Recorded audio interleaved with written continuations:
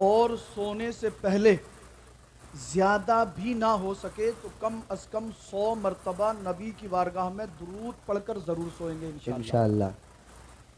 अरे यार, वो नबी सैयदा आमना तैयबा ताहिरा जाहिदा रदियल्लाहु अन्हा फरमाती हैं, जब हज़रत अब्दुल्लाह से मेरा निकाह हुआ और मैं हज़रत अब्दुल्लाह के घर आई, हज़रत अब्दुल्लाह से मेरी मुलाकात हुई तो सैयदा आमना फरमाती हैं कि हज़रत अब्दुल्लाह से मुंतकिल होकर अल्लाह के नबी सल्लल्लाहु तआला अलैहि वसल्लम का नूरे मुबारक मेरे शिकम अतहर में जब आया तो आप फरमाती हैं कि मेरे शिकम अतहर से खुशबुएं निकलने लगी। सुभान अल्लाह।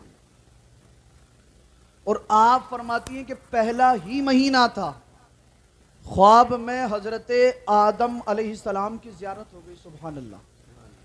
हज़रत आदम अलैहिस्सलाम ख्वाब में तशरीफ़ लाए और इरशाद फरमाया, ए बेटी आमिना मुबारक हो, तुम्हारे घर में जो बच्चा आने वाला है वो कोई आम बच्चा नहीं है, बल्कि वो अल्लाह का महबूब है, तमाम अंबिया और मुरसलीन का पेशवा और सरदार है। वो बच्चा है आमना जिसके सदक़े में अल्लाह ने तमाम कायनात की तख्लीक फरमाई है। ए आमिना मुबारक हो, तुम्हारे घर अल्लाह का महबूब जलवागर होने वाला है। सैयदा आमना फरमाती हैं, वक्त गुजरता गया, यहां तक के 9 महीने मुकम्मल हो गए।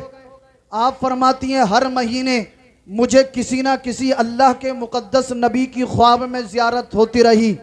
नबी मेरे ख्वाब में आते रहे, बशारतें सुनाते रहे, खुशखबरियां सुनाते रहे। अल्लाह अल्लाह।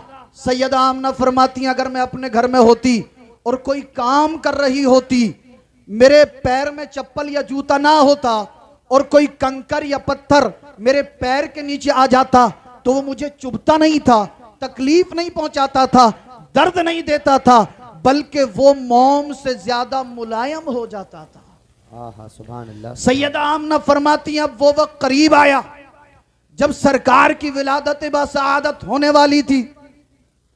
मैं अपने हुजरे में जलवा फरमा थी।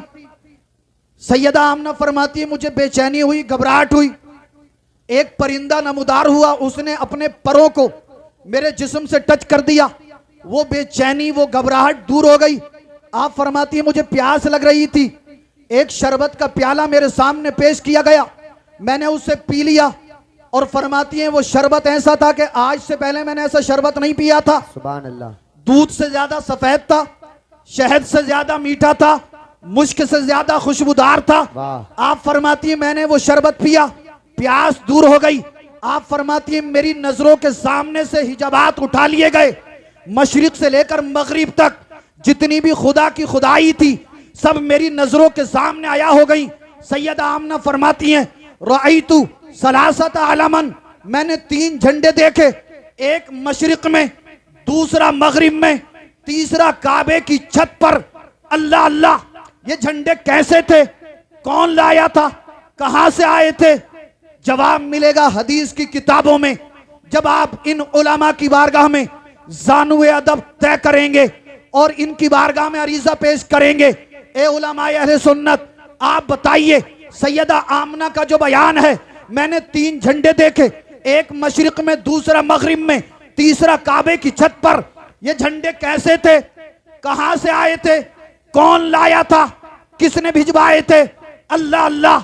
उलमा फरमाएंगे, जब सरकार की विलादत बासआदत का वक्त करीब आया, अल्लाह का हुक्म हुआ, ए बुलबुल सिदरा, जिब्रील अमीन, अपने साथ फरिश्तों को ले जा और जा जन्नत में चला जा, जन्नत से नूर के झंडे ले जा, एक को मशरिक में, दूसरे को मगरिब में और तीसरे को काबा की छत पर नस्ब कर दे और कायनात के अंदर ये ऐलान कर दे कि अब अल्लाह का महबूब दुनिया के अंदर जलवागर होने वाला है। इस कायनात के अंदर अगर किसी का झंडा लहराएगा तो वो मदीने वाले मुस्तफा की अजमत का झंडा हो। वाह वाह, नारे तकबीर, नारे रिसालत, नारे हैदरी, नारे गौसियत, मसलके आला हजरत, जश्न आमद मुस्तफ़ा, अंजुमन गुलामान मुस्तफ़ा हुजूर मुफ्ती सैयद रिजवान मियां साहिब किबला जिंदाबाद जिंदाबाद। अच्छा, आज भी जब रबीउल अव्वल शरीफ का मौका आता है तो हम सब अपनी छतों पर झंडे लगाते हैं। झंडे पर लिखा हुआ होता है सरकार की आमद मरहबा या रसूल अल्लाह सल्लल्लाहु ताला अलैहि वसल्लम, ला इलाहा इल्लल्लाह मुहम्मदुर रसूलुल्लाह सल्लल्लाहु ताला अलैहि वसल्लम। झंडे हम लगाते हैं। कुछ लोग ऐसे भी हैं जो ये कह रहे हैं माज़अल्लाह झंडा लगाना नाजायज है, हराम है, शिर्क है, बिदअत है। आप मुझे बताइए, इलेक्शन आने वाला है, इलेक्शन के मौके पर आपके यहाँ पर, आपके कस्बे में, आपके शहर में झंडे लगते होंगे। किसी की छत पर साइकिल का झंडा, किसी की छत पर जो है वो हाथी का झंडा, किसी की छत पर जो है वो कमल का झंडा, किसी की छत पर जो है वो पतंग का झंडा। अच्छा, आज तक किसी मुफ्ती ने ये फतवा दिया कि इन दुनियावी पार्टियों के झंडे लगाना नाजायज है, हराम है? दिया? अगर किसी ने ये फतवा दिया हो तो हमें भी दिखाओ। बात समझ में आ गई?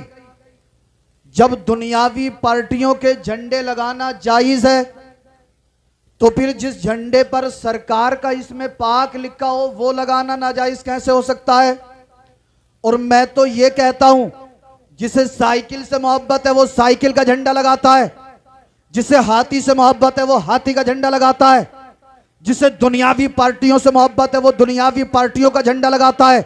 मगर अल्हम्दुलिल्लाह सुम्मा अल्हम्दुलिल्लाह, हमें अल्लाह के रसूल सल्लल्लाहु ताला अलैहि वसल्लम से मोहब्बत है, इसलिए हम सरकार की आमद के महीने में सरकार के नाम के झंडे लगाते हैं और दुनिया वालों को ये बताते हैं, ए दुनिया वालों देख लो, तुम चाहे कुछ भी करो लेकिन हमें सरकार से मोहब्बत है, हम सरकार का मीलाद पढ़ेंगे भी, पढ़वाएंगे भी और सरकार के नाम के झंडे भी लगाएंगे। और एक बात और, सरकार की पैदाइश से पहले सैयदा आमना फरमाती है 3 झंडे देखे। झंडे कहां से आए?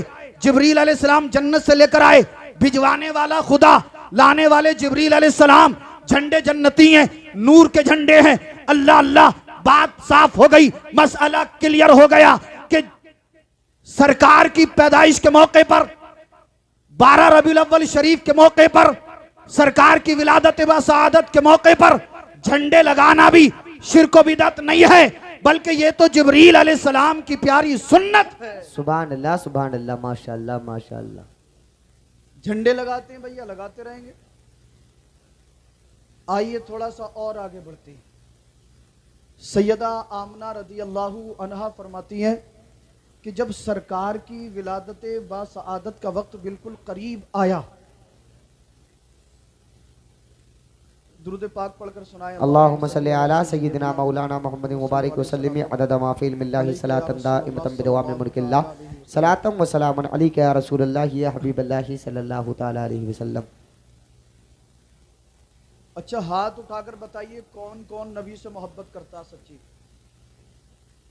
सब लोग आशिक रसूल हैं, सुभान अल्लाह। तो फिर यार मोहब्बत के साथ, खुलूस के साथ, चाहत के साथ मुलाहजा फरमाए, सरकार की पैदाइश होने